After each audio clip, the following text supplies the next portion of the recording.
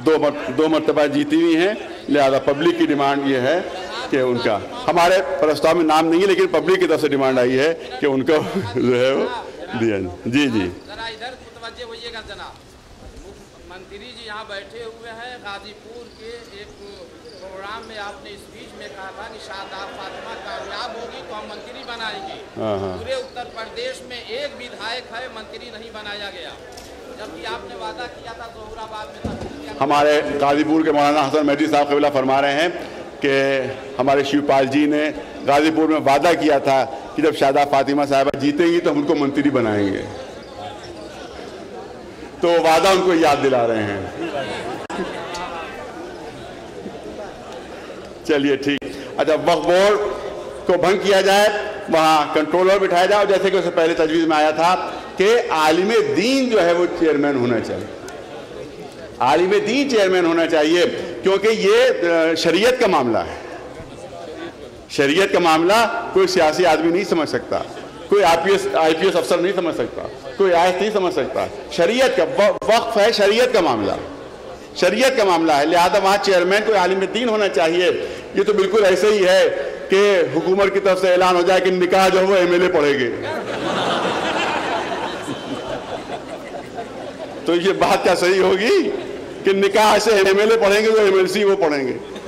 तो किसी वक्फ बोर्ड के शरीयत का जो मामला है वहाँ पर किसी को गैर मौलवी को चेयरमैन बनाना ऐसे ही हुआ कि जैसे ये ऐलान हो जाए कि साहब निकाह MLA MLC पढ़ा करेंगे।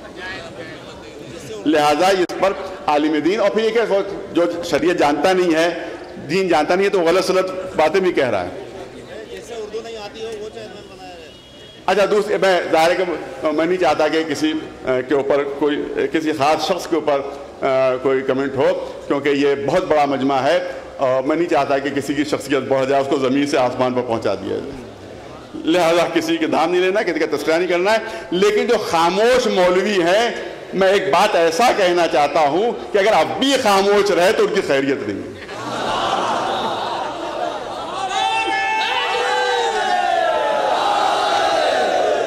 बहुत से मौलवी ये सोच रहे हैं कि चलो, सुनिए, बहुत से मौलवी ये सोच रहे हैं कि चलिए बहुत अच्छा है कि जो हमारे दिल की भड़ास है उसके जरिए से निकल रही है। बहुत से मौलवी ये सोच रहे हैं कि हमारे दिल की भड़ास उसके जरिए से निकल रही है। तो सुनिए, बयान आया है वक्फ बोर्ड का, सुन लीजिए, यहाँ से जहाँ आवाज नहीं जा रही है वहां पहुंचा दीजिए आवाज। वक्फ बोर्ड का बयान आया है कि जहां भी 3 कब्रें हों वो है कब्रिस्तान। जहां भी 3 कब्रें हों वो जगह है कब्रिस्तान। तो जब कब्रिस्तान है तो उसका बाद उनका फतवा है कि वहां हर मोमिन मुफ्त में जाकर अपनी मैयत दफन करवाए। जहां भी 3 कब्रें हैं वो है कब्रिस्तान। लिहाजा हर मोमिन को ये इजाजत दी गई है कि जहां वो मिले वहां के ऊपर जो है वो अपनी मैयत मुफ्त दफन करवाए। बड़े इमाम बाड़े में भी 3 कब्रें हैं। लिहाजा यहाँ भी उसको छोड़िए, यहाँ भी तमाम मोमिनीन अपनी मैयतें मुफ्त दफन करवा सकते हैं। सिर्फ तैनाबाद के इमाम बाड़े में भी 3 से ज्यादा कब्रें हैं। तमाम मोमिनीन उसमें भी जाकर अपनी मैयतें मुफ्त दफना कर सकते हैं। और मदरसे ऐसे हैं कि जहां 3 कब्रें हैं, लखनऊ में 200-300 मदरसे नहीं, 3-4 मदरसे हैं। ज्यादा नाम लेने की जरूरत नहीं है। आज आप चल के तलाश कर लीजिएगा कि किस मदरसे में 3 कब्रें हैं। बस वो मदरसा नहीं है, कब्रिस्तान है। ताजमहल में 3 कब्रें हैं, लिहाजा सारे मुसलमान जाकर अपनी अपनी मैयतें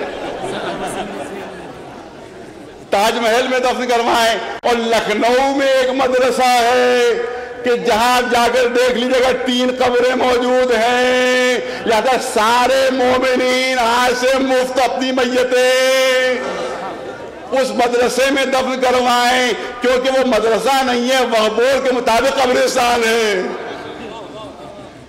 अब भी चुप रहोगे मौलवी?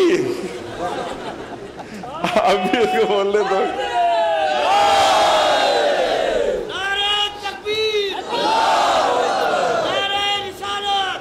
बस आखिरी डिमांड, क्योंकि वक्त खत्म हो गया है, वक्त खत्म हो गया है, लिहाजा आखिरी डिमांड ये है कि ये सम्मेलन मांग करता है शिया पोस्ट ग्रेजुएट कॉलेज में रिसीवर बिठाकर वहां जो जबरदस्त भ्रष्टाचार, लूट खसोट, नोच और मार मची हुई है वहां के ऊपर, और लूट खसोट मची हुई है वहां के ऊपर उच्च स्तरीय जांच समिति बनाकर वहां जांच कराई जाए। ये हमारे मुतालिबे हैं, हम समझते हैं। अच्छा, ये बात अभी मालूम हुई है कि विन चैनल और हुसैनी चैनल जो हमारे मजहबी चैनल थे उनको बंद करवा दिया गया।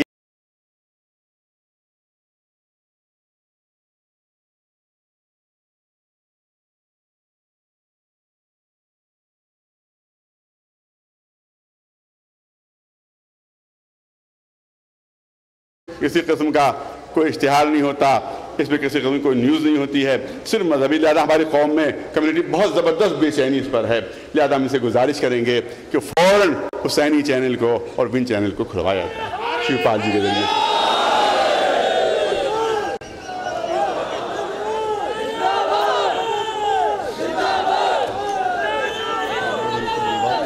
अब हम चाहते हैं कि 2 मिनट हमारे शिवपाल जी भी बोल रहे हैं कि इन जो हमारी डिमांड्स हैं उनके बारे में उनके क्या ख्याल है।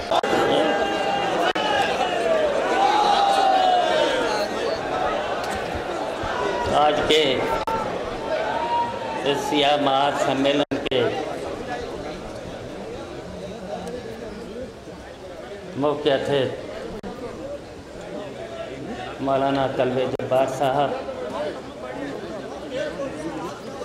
और यहाँ उपस्थित पूरे हिंदुस्तान के आए हुए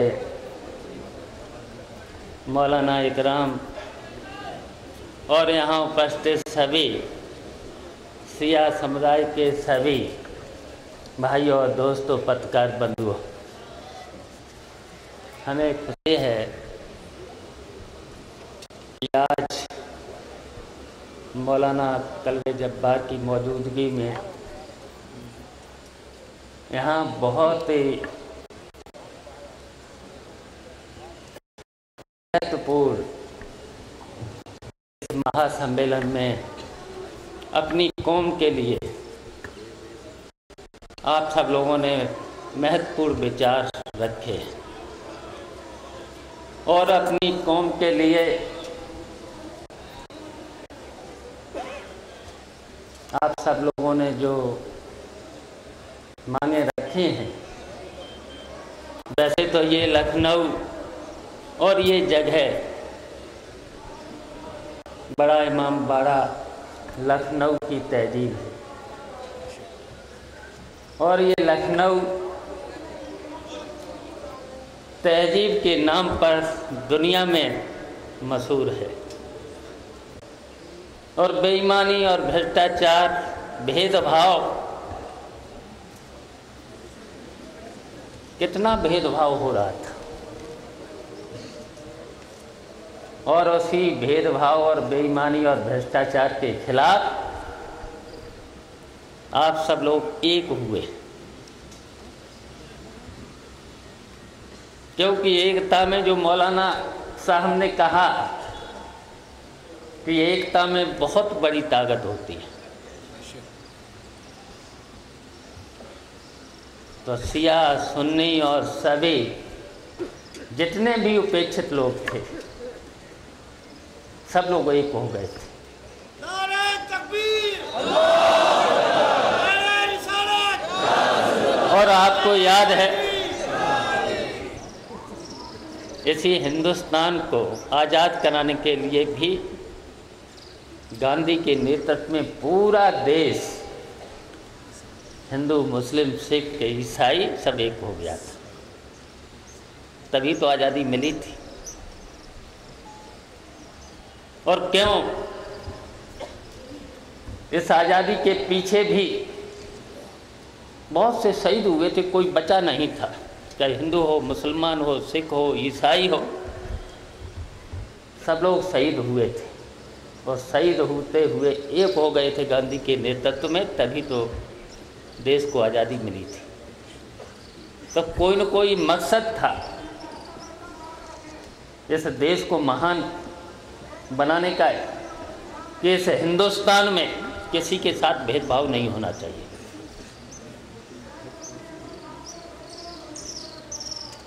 आज़ादी के पीछे कोई न कोई मकसद था, तभी तो सब लोग एक हुए थे। और उसी तरीके से पिछले शासन के खिलाफ कितनी बेईमानी, कितना भ्रष्टाचार था, कितना भेदभाव था, तभी तो समाजवादी पार्टी के आप सब लोगों ने जिताया है। ये सही है। और आपको याद है, नेताजी के भी बारे में याद है, जब भी आप सब लोगों ने जब भी कोई बात रखी है तो उस बात को पूरा करने का काम किया है। चाहे 13 रजब का सवाल हो, चाहे आपके और भी सवाल हो, नेताजी ने, मुलायम सिंह यादव ने आपके जब भी आपको दिक्कत आई है, परेशानी आई है, तो नेताजी ने आप सब लोगों का साथ दिया है, हमेशा साथ दिया है। और आज भी हम मौलाना जब्बार साहब को, सभी मौलाना इकराम को आश्वासन देना चाहते हैं,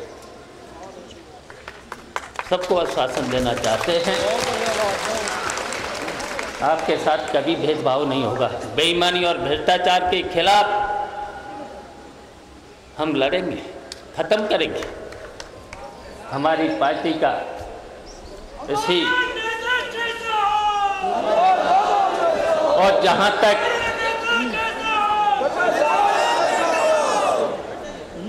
जहाँ तक हम आपसे इतनी ही अपील करेंगे, इतने ही आपसे, कि जो मौलाना साहब ने कहा कि एकता में बहुत बड़ी ताकत होती है, एक रहना चाहिए।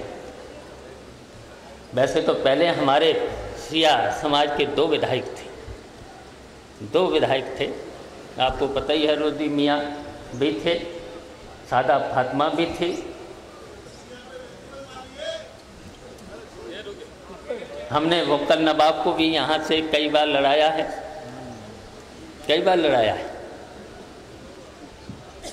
लेकिन नहीं जीत पाए। ये तो जनता फैसला करती है। लेकिन जो भी आपके ये मसाइल हैं, इस ज्ञापन में जो भी मसाइल हैं, नेताजी तक पहुँचाएंगे, मुख्यमंत्री जी से कहेंगे। और हमारा प्रयास है कि आपके जितने भी मसाइल हैं, हमने गंभीरता से उन मसाइलों को सुना है, समझा है। और आप भी चाहते हैं लखनऊ का विकास हो, इस प्रदेश तरक्की के रास्ते पर जाए, हमारा हिंदुस्तान एक मजबूत बने।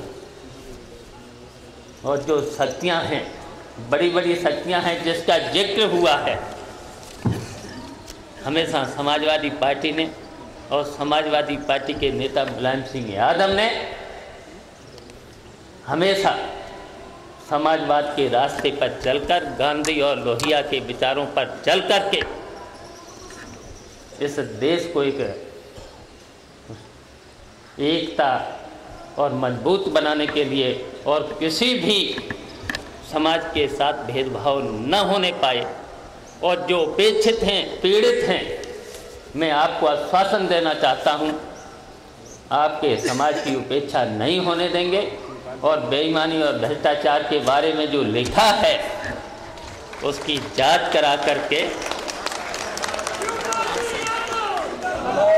करके हमारा प्रयास है कि बेईमान लोग उस पदों से हटे और उनको सज़ा भी मिलना चाहिए, हमारा प्रयास होगा।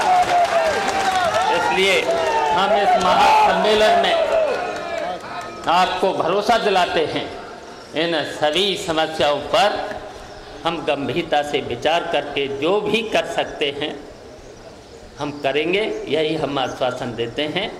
जय हिंद।